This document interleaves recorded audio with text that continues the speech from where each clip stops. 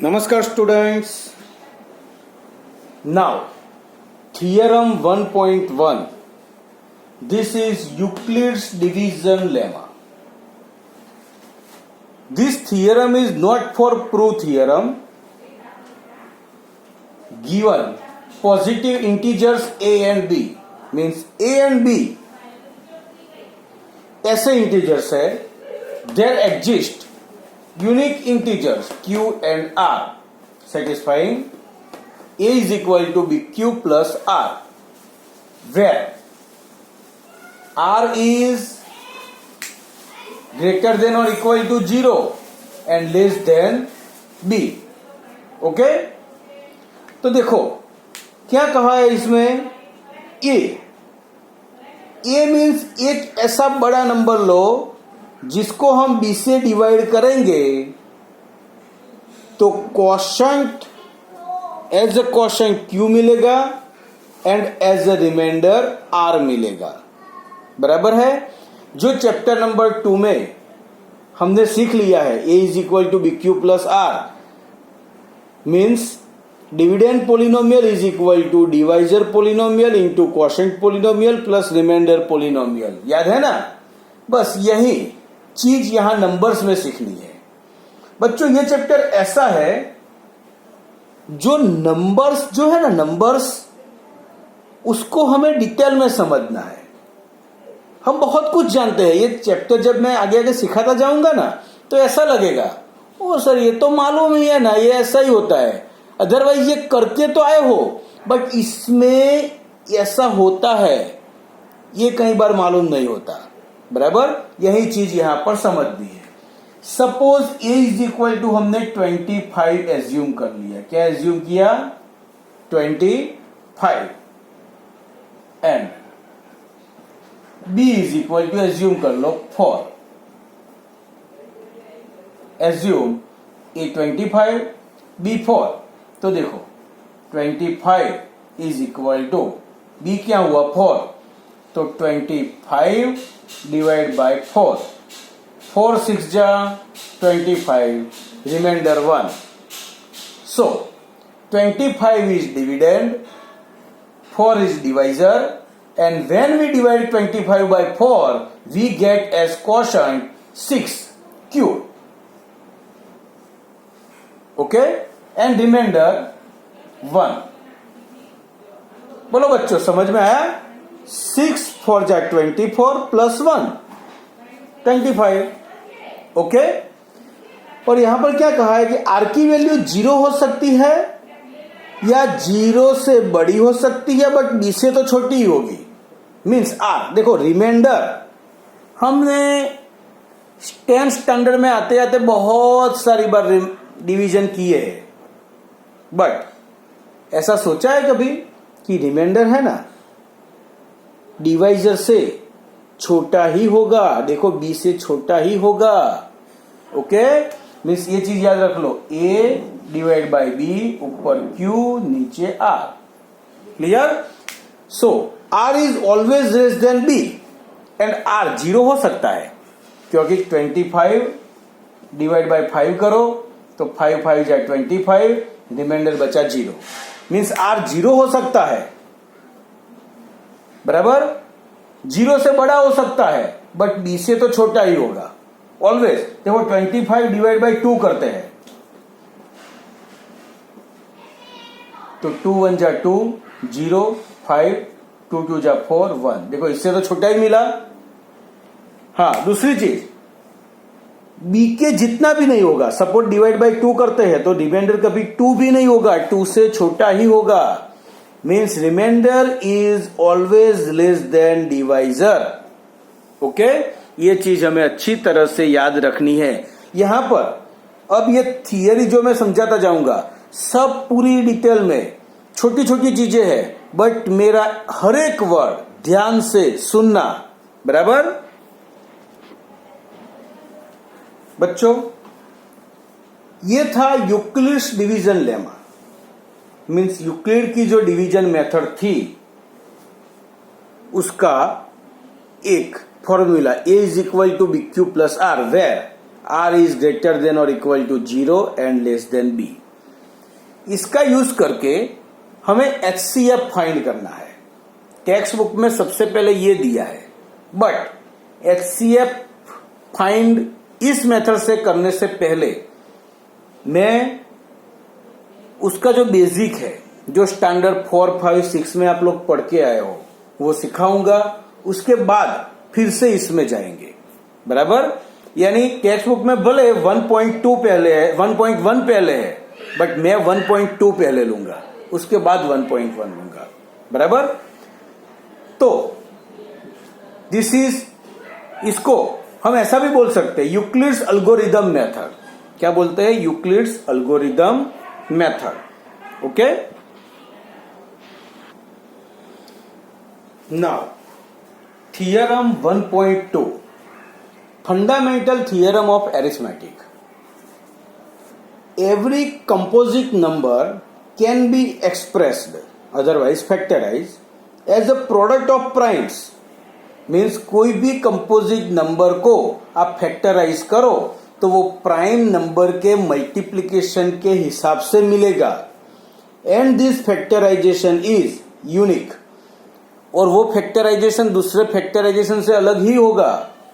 Apart from the order, means उसका order नहीं देखना है। मीन्स 6 है, 6 इज कंपोजिट नंबर, उसके फैक्टर्स निकालो तो 3 इंटू 2 या 2 इंटू 3, आप कुछ भी कह सकते हो, बराबर है।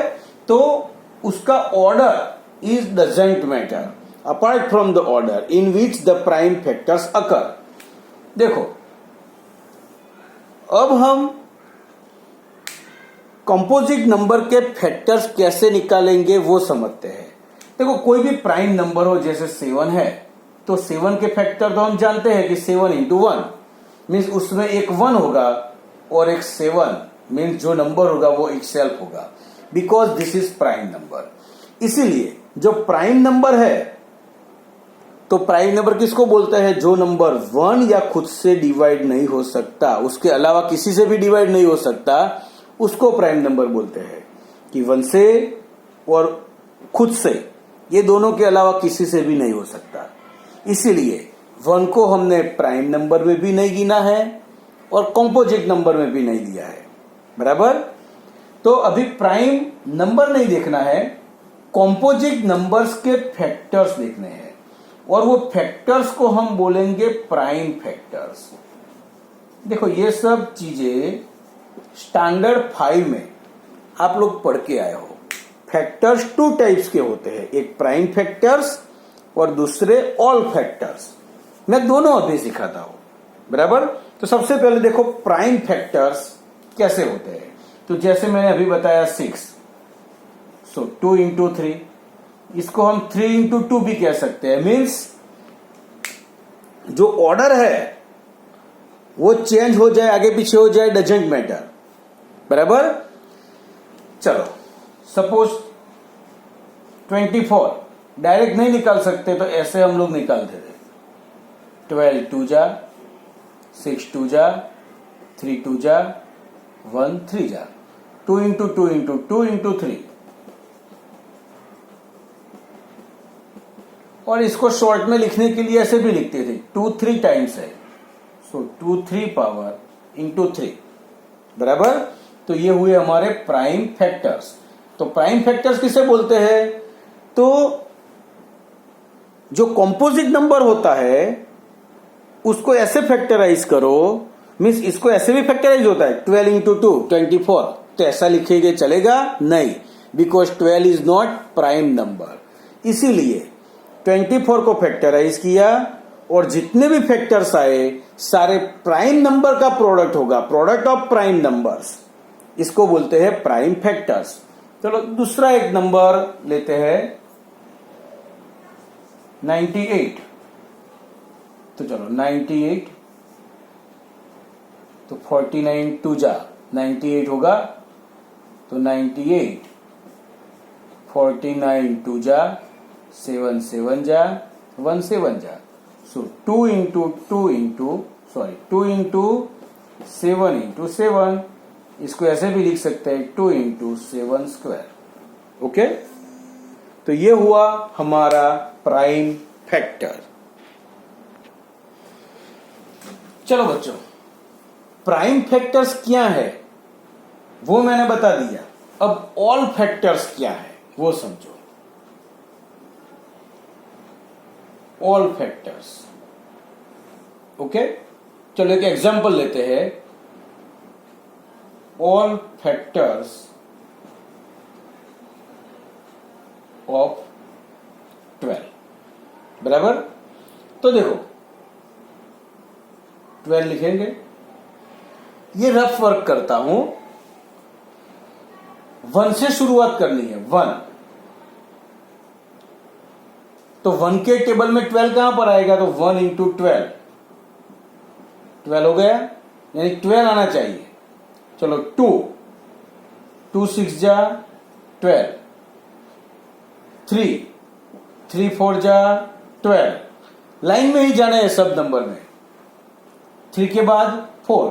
तो इस तरफ लाइन से हमें आगे बढ़ना है, बट जो नंबर इस तरफ आ गया उसकी बारी आए तब हमारे फैक्टर्स कंप्लीट हो गए।